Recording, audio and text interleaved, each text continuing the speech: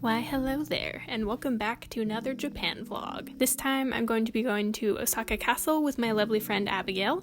Look at how adorable she is.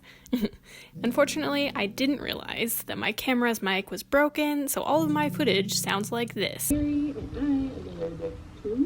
So yeah, this is all going to be voiced over. Hopefully you aren't too sick of hearing my voice after this, but let's get straight into the video.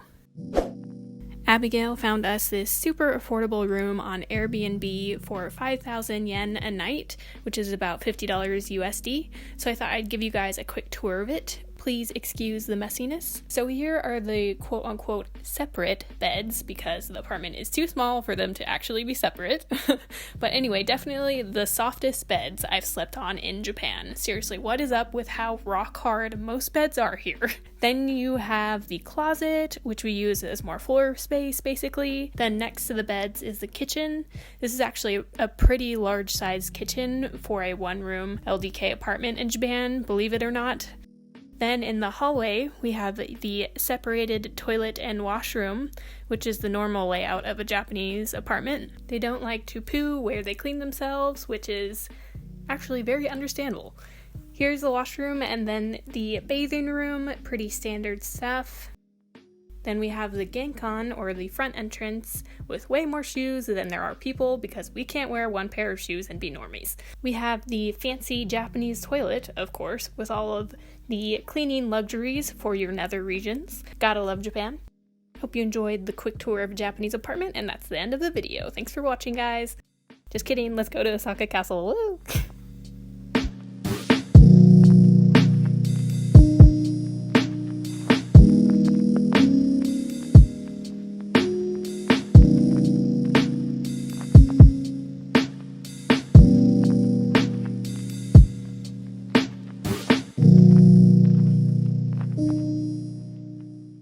First things first, we grabbed something to eat in Maeda. I've noticed that Osaka loves their outdoor shopping streets, and Maeda is no exception to this. It's super fun to walk through and look at all of the interesting shops. I could seriously make a whole day out of it.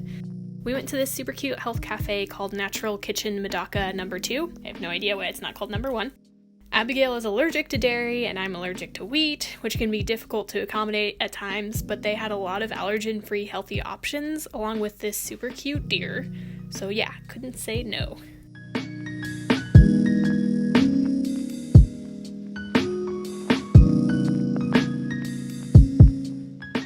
The cafe also has a mini stage in the back where they have live music. You can see guitars hung up on the wall.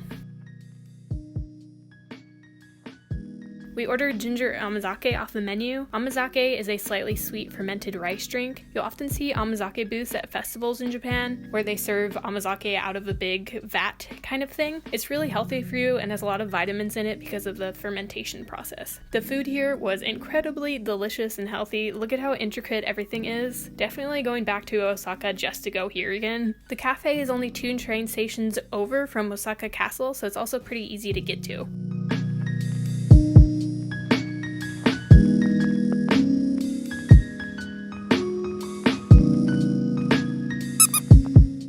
Then we started our walk to Osaka Castle. The castle is basically a giant fortress surrounded by water, and actually it has the largest castle walls in Japan at 20 meters high. This castle has something similar to zoo lights in the States, where you can walk around the castle at night and see light displays at different parts of the castle. Definitely worth checking out if you're into that. We also spotted a beautifully camouflaged Lawson. Even in Osaka Castle, you can't escape the konbinis. They also have a tiny train tour of around the castle in true tourism fashion. But even better than the train, I sound like an infomercial, they have a gozabune, which used to be a style of boat reserved exclusively for nobles. You can pay around 1,000 yen and it will take you on a ride around the castle walls. You can also shell out more money to walk inside the castle itself, as these little humans on the top floor are currently doing. In addition to the 20-meter high walls, the castle itself is 58 meters high.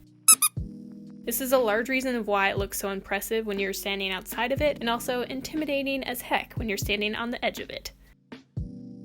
Instead of taking the traditional route and paying to go inside the castle, we opted to explore the castle grounds itself. We found a secret garden which was hidden from the main area of the castle and had an impromptu photo sesh. This is my favorite castle I've been to in Japan by far because of all the obscure hidden pathways. At one point it switches from beautiful gardens to more of a zombie post-apocalyptic vibe, complete with an unattended creepy shrine and overgrown veranda. Underground of the castle itself, there are also multiple tunnels and random hideaways that have been discovered. I think I'll take a hard pass on exploring those though. But in my true shopaholic fashion, the thing I enjoyed most about this castle were its souvenir shops. They specialize in matcha and even had a matcha beer, which sounds amazing. I got a fox mask for my friend in the souvenir shop. All of their products were super unique. I'm used to going into a touristy shop and then leaving a few minutes later, but that was definitely not the case here. They also had these really cute derpy looking sculpture thingies, because I don't know what to call them, which were equally as derpy as my friend Abigail was being.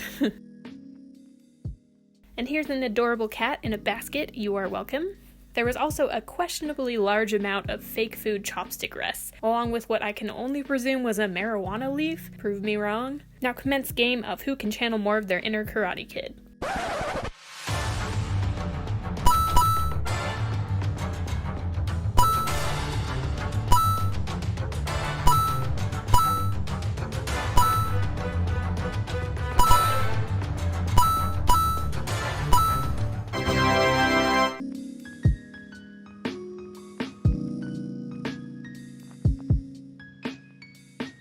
I'm a sucker for mochi and matcha, so I got some of these Brocken cakes, and let me tell ya, they did not disappoint.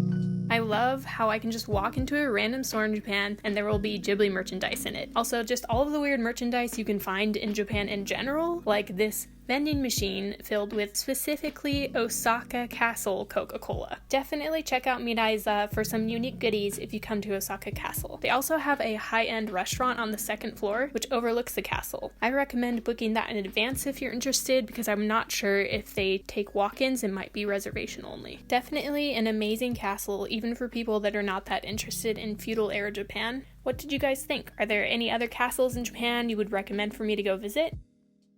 Thanks so much for watching till the end. I have some pretty big announcements in the next few videos, so look out for those soon. Thanks again for watching, and see you next time. Bye-bye!